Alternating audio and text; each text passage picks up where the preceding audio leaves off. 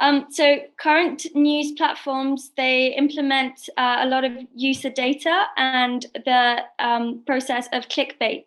What are your thoughts on this? And do you think this is rightly implemented? Yeah, I believe that it's the business models and the month after month seeking of profits via deficient business models that has led to a lot of issues with the world faces right now with misinformation and with scams that happen. And it's unfortunate that these, what I call these deficient business models in technology are, and using things like AI and using things like algorithms that are unfortunately creating turmoil and allowing unsophisticated people, that get put into these traps. I'm not a fan of clickbaity articles. I think that it's a path to sell more advertising or to serve business models. I think it's lazy. I think there's better ways to create value that serve more people that aren't deficient and don't exclude people or don't lead to people being upset with the way that people do things. The same thing with advertising models, user collection of information. These are all things that I think are just standards now. Unfortunately, they're being questioned, and they've been questioned for a while. And for the last 10 years, I've been building products to empower people in technology that doesn't rely on advertising models, doesn't rely on collection of user information, all with the premise of the end user should be in control of their identity, communication, and money. And that's how I built things. And I think models to make money need to be thought about better, and they need to be done in inclusive fashions that create more wins for people and don't create the harm that we're seeing to emerge, that's emerging. I think the epidemic of misinformation, the whole attention economy, how can products, they're fighting to get people's attention, and they're fighting to keep them within their products. And I just don't think that equates with how humane technology should be built. I think that we should be doing things, or technologies, not we, sorry. I think technologies should be built that they improve people's lives. I think they should be built that they improve relationships. They improve things. They're not here to keep you transfixed into their screens, into selling their advertisements to serve their clients. So I think it needs a complete rethinking, and I feel very fortunate to be working in a space where I feel I've contributed to the idea of the user should be in control. It shouldn't be third parties that are holding your information. The money should be held by you. It shouldn't be held by third parties. Of course, different options and choices are available to people, and that's fine.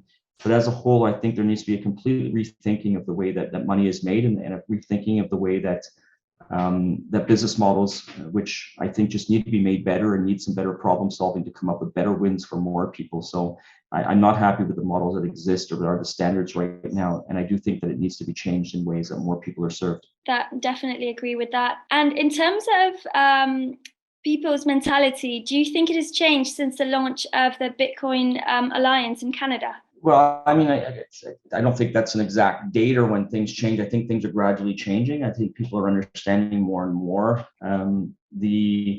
that technology is providing new options, new choices, new solutions. At the same time, I think it's providing other opportunities for people.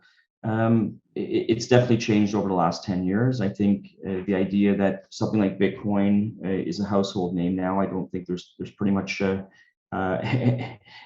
anyone in the developed world has heard about Bitcoin now, and it's the similar thing now almost for Ethereum, where it's becoming that household name, where people understanding the power that Ethereum has, and similar to Bitcoin, but even more advanced and more available to create change in many other sectors.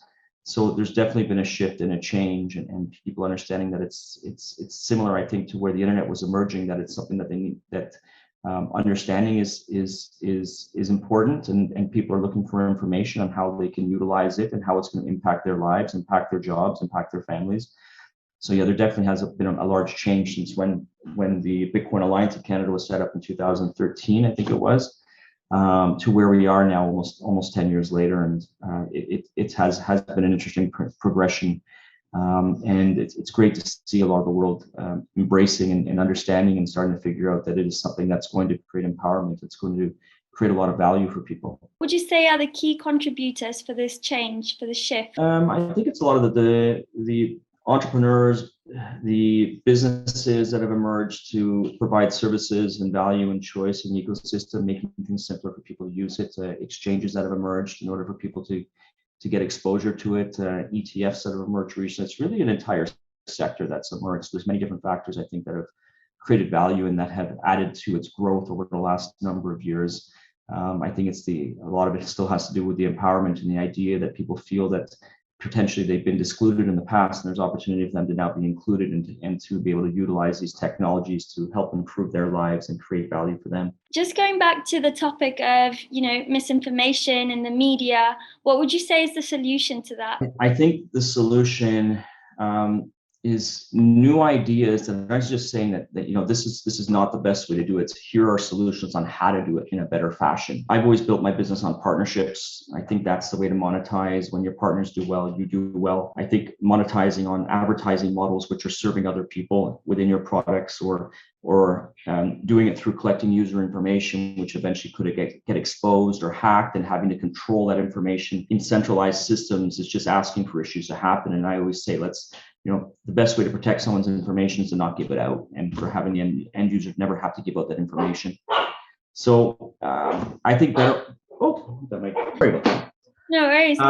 So I think the ways are to bring forth better ideas, and I've got these ideas and ways to solve problems of saying, the models maybe are deficient right now. They're serving some people, they're not serving everybody. And I think the best way to have change is to create new ways of thinking and new ways of problem solving that serve as close to 100% of the people that we can. Because when you exclude people from the solutions, they're not on your side with what they're doing because they don't really care, because you're not benefiting them. And B, you have an opportunity to bring them on board with what you're doing and provide solutions that improve their lives and get them to join you to create movements of aligned individuals together towards common goals. So I think what's needed is better problem solving and leaders and more leaders to be developed and more problem solvers to get developed. And that's really one of my goals and missions moving forward, is to create leaders and to create problem solvers that are working together to create more wins for more people, and looking at current models and saying they're not as efficient as they can be. They're not bringing on as many people to the solutions as we should be doing, and they're not creating alignment with the way that they're operating. In fact, a lot of them are creating harm. And that harm is growing. And technology, to me, is one of the greatest issues we have. It's also one of the opportunities that we have to create better change and better improvements for life. But the way that it's being done with a lot of organizations and structures, I think is aligned with how a lot of the financial institutions have worked. And you're in these cycles of investors and seeking profits that lead to a degradation of the planet, degradation or harm towards people, because they haven't just been thought through better and how to create better wins for more people. So I think it's possible. I think new ways of creating value need to be explored. And I think new leaders need to emerge that are aligning well with how to serve as many people in the world as possible. And I'm hoping that's something that I'm going to be able to achieve and bring forward, because I've recognized it's been over 10 years that the models that exist in tech are going to lead to the change, and a lot of the tech companies that are following these deficient models and do not create the change needed will not be around anymore.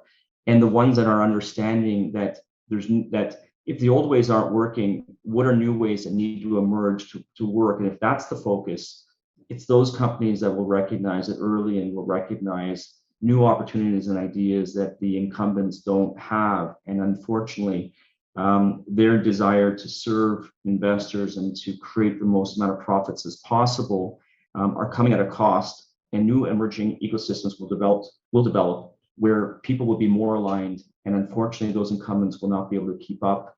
And it's just a cycle that's happened in every other industry, and very similar to what's happened in the financial industry, what's happened with companies that couldn't adapt in publishing or in the news industry when the internet came about. It's happening now, and unfortunately, it's the tech companies that I'm seeing as the ones that are going to be left behind because of their inability to change, because they're so large and they've been stuck in business models that unfortunately are going to lead to their demise.